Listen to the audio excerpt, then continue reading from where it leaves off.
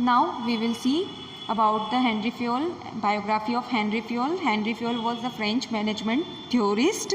Henry Fayol जो थे वो एक फ्रांसीसी प्रबंध सिद्धांतकार थे. He graduated in 1860 in a mining academy named as Saint Etienne. उन्होंने सेंट एटेने नाम की एक खनन अकादमी से अपना क्या करा था, स्नातक करा था. एज अ माइनिंग इंजीनियर वो एक माइनिंग इंजीनियर बने आफ्टर ग्रेजुएशन. उसके बाद उन्होंने एक कंपनी में, एक माइनिंग कंपनी में जो है जॉब करी. उन्होंने स्टार्ट करा उनका कार्य एक खनन कंपनी के अंदर.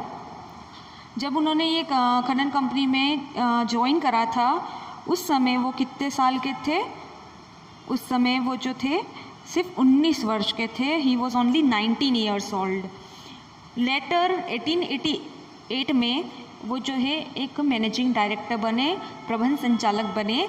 और वो कब तक संचालक रहे? प्रबंध संचालक वो 1918 तक रहे. 1918 तक वो संचालक बने रहे.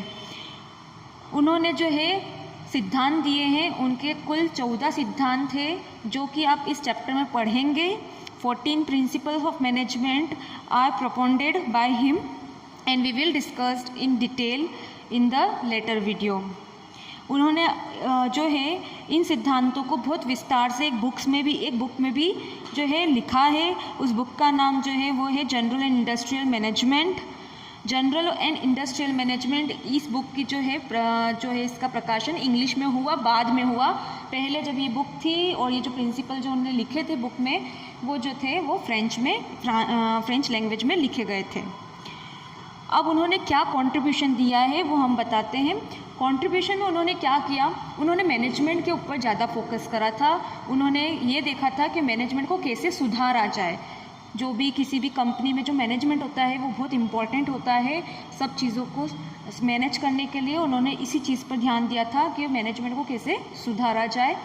तो उन्होंने सबसे पहले जब उन्होंने कंपनी ज्वाइन करी थी, माइनिंग कंपनी जब उन्होंने ज्वाइन करी थी तब वो कंपनी की हालत बहुत ख़राब थी. वो कंपनी जो थी वो इंसॉल्वेंट होने वाली थी, मतलब वो पूरी कंगाल होने वाली थी. उसकी कंडीशन बहुत ख़राब थी, वो लॉस में जा रही थी लगातार. लेकिन उनके आने के बाद उन्होंने मैनेजमेंट में बहुत सारे इम्प्रूवमेंट्स करे. उन्होंने बहुत सारे प्रिंसिपल्स जो थे उनके वो मैनेजमेंट में अप्लाई करे और 30 साल तक उन्होंने उस कंपनी में काम करा. 30 साल बाद जब वो रिटायर हुए तब तक उन्होंने उस कंपनी को इतना मजबूत बना दिया था कि और वो कंपनी काफ़ी फेमस भी हो गई थी, पॉपुलर भी हो गई थी. तो उन्होंने एक डूबती हुई कंपनी को एक बहुत अच्छी जो है स्थिति में लाके खड़ा कर दिया था. उन्होंने एक चीज़ और करी थी, उन्होंने जो थे टेक्निकल एंड मैनेजरियल स्किल्स जो थी उसको सेपरेट करा. उन्होंने कहा जो टेक्निकल जो भी वर्कर्स है जो कि टेक्निकल नॉलेज रखते हैं, जो टेक्निकल काम करते हैं, मशीनों को संभालते हैं, उनको मैनेजमेंट का काम ना दिया जाए. और जो मैनेजमेंट का काम है, जो प्लानिंग करना है, पॉलिसीज़ बनाना है, रूल्स बनाना है, formation of policies and rules, all the managerial work should be given to only management. तो जो भी मैनेजमेंट का काम है सिर्फ मैनेजर्स को दिया जाए, मैनेजमेंट को दिया जाए. टेक्निकल वर्कर्स को जो है मैनेजमेंट का काम ना दिया जाए.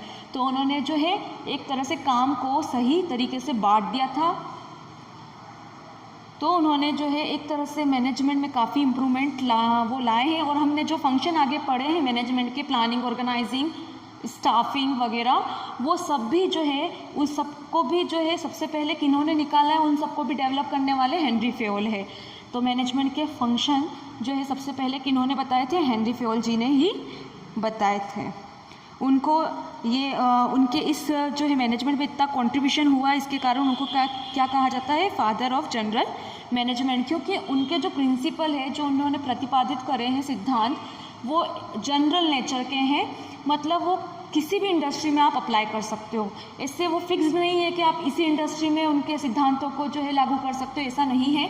आप कोई भी इंडस्ट्री में उनके जो प्रिंसिपल्स है उसको लागू कर सकते हो. You can implement his principle in any industry regardless of the nature of that industry.